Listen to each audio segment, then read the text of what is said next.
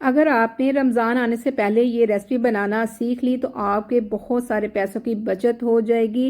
रमज़ान में बहुत ज़्यादा इसका इस्तेमाल किया जाता है, बच्चों की तो ये फेवरेट है। हर रेसिपी स्नैक्स के साथ ये इस्तेमाल होती है। बिस्मिल्लाहिर्रहमानिर्रहीम। अस्सलाम वालेकुम फ्रेंड्स, आज हम बनाएंगे रमज़ान आने से पहले इस मज़ेदार सी चटनी को। बनाएंगे खट्टी मीठी सी इमली की रमज़ान स्पेशल चटनी।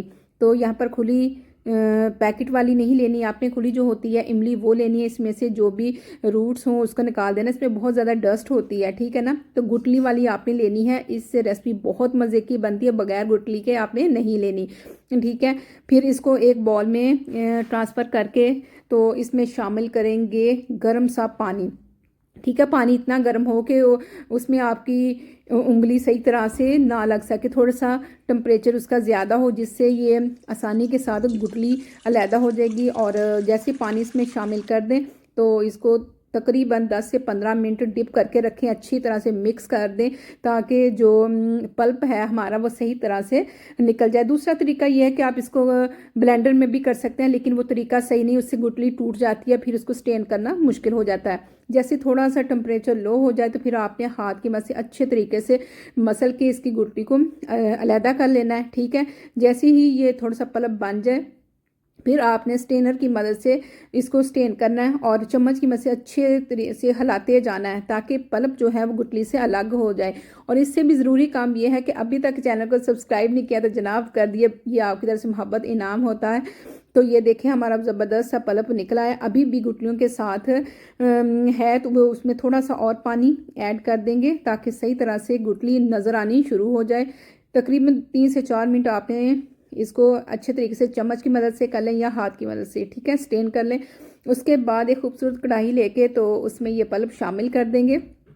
फ्लेम आपने बहुत ज़्यादा हाई नहीं करना, तो मीडियम से लो फ्लेम की पर इसको पकाएंगे। तो जैसे ही इसमें बॉयल आना शुरू हो जाएगा इसमें कुछ स्पाइसेस शामिल करेंगे, जिसमें हाफ चम्मच काला नमक, भुना हुआ ज़ीरा और दालचीनी का एक टुकड़ा, थोड़ी सी तकरीबन हाफ चम्मच के करीब इसमें दड़ा मिर्च शामिल करेंगे।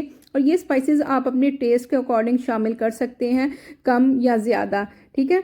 तो इससे बहुत ही फ्लेवर आएगा और इसके ऊपर जो झाग कम आ जाएगा उसको आपने स्ट्रेनर की मदद से हटा लेना है। इससे इमली के अंदर बहुत ज़्यादा शाइनिंग आती है, ठीक है। और इस तरह करने से ये अनाड़ी काम नहीं लगेगा बल्कि आपका एक्सपीरियंस और ज़्यादा बेहतर होगा, रेसिपी ज़्यादा अच्छी बनेगी। फिर इसको थोड़ा सा मीठा टच देने के लिए तो शामिल करेंगे शक्कर। यहाँ पर मैं शक्कर ले रही हूँ, आप चीनी भी इस्तेमाल कर सकते हैं, लेकिन शक्कर का टेस्ट जो होता है ना वो ज़्यादा मज़े का होता है। तो तकरीबन हाफ प्याली के करीब इसमें शक्कर शामिल कर दी है। अब इसकी करनी है पकाई, तो बिल्कुल आपने आराम आराम से इसको पकाई करते जाना है। फ्लेम आपने थोड़ा सा लो कर देना है और यहाँ पर देखें तकरीबन आपने 2 से 3 मिनट इसकी इतनी पकाई करते जाना है। फिर जैसे ही ये थोड़ी सी थिक हो जाए तो आप ये देखें यहाँ पर उसकी थिकनेस में काफ़ी ज़्यादा हो चुकी है, किनारों पे लगना शुरू हो गई है। इस पे आपने थोड़ी सी इसकी फ्लेम को और ज़्यादा लो कर लेना है। और जैसे ही पकते पकते तकरीबन 7 से 8 मिनट गुजर जाए और ये देखें चम्मच के ऊपर थोड़ा सा एक लेयर लगनी शुरू हो जाए, कोट लगनी शुरू हो जाए, कोट लग जाए, लेयर उसके ऊपर ठहर जाए, इसका मतलब है कि वो हमारी सही परफेक्ट रेसिपी यहाँ तक बन चुकी है। अभी थोड़ी सी कमी है, जैसे ही बुलबुले थोड़े से और ज़्यादा गहरे होने शुरू हो जाएंगे तो वो बिल्कुल परफेक्ट हो जाएगी। चूल्हा बंद कर दें और ये देखें माशाल्लाह अल्हम्दुलिल्लाह हमारी खट्टी मीठी सी ये रमज़ान स्पेशल की चटनी, इमली की चटनी तैयार हो चुकी है। इसकी थिकनेस चेक करें, बहुत परफेक्ट है। अच्छा, इसमें यहाँ पर मैं थोड़ी सी सफ़ेद तिल शामिल कर रही हूँ, ये ऑप्शनल है लेकिन लुक वाइज ये बहुत अच्छे लगते हैं और इसका जायका और ज़्यादा बेहतर हो जाता है। इसमें शाइनिंग चेक करें, माशाल्लाह बाज़ार से बेहतर है, केमिकल से पाक है, कोई केमिकल इसमें यूज़ नहीं किया, ना कोई फूड कलर यूज़ किया है। तो ये देखें माशाल्लाह बहुत ही परफेक्ट हमारी इमली की चटनी तैयार हो चुकी है। तो आप रमज़ान में इसको महफूज कर सकते हैं, ठीक है ना। तो बहुत ही आपकी बचत भी हो जाएगी। तो इसकी इतनी थिकनेस का ख्याल रखें, जैसे आप किसी चिप्स को या स्नैक्स कोई भी आप ले लें, समोसा पकौड़ा, इतना को कि इसमें पतली सी लेयर लग जाए।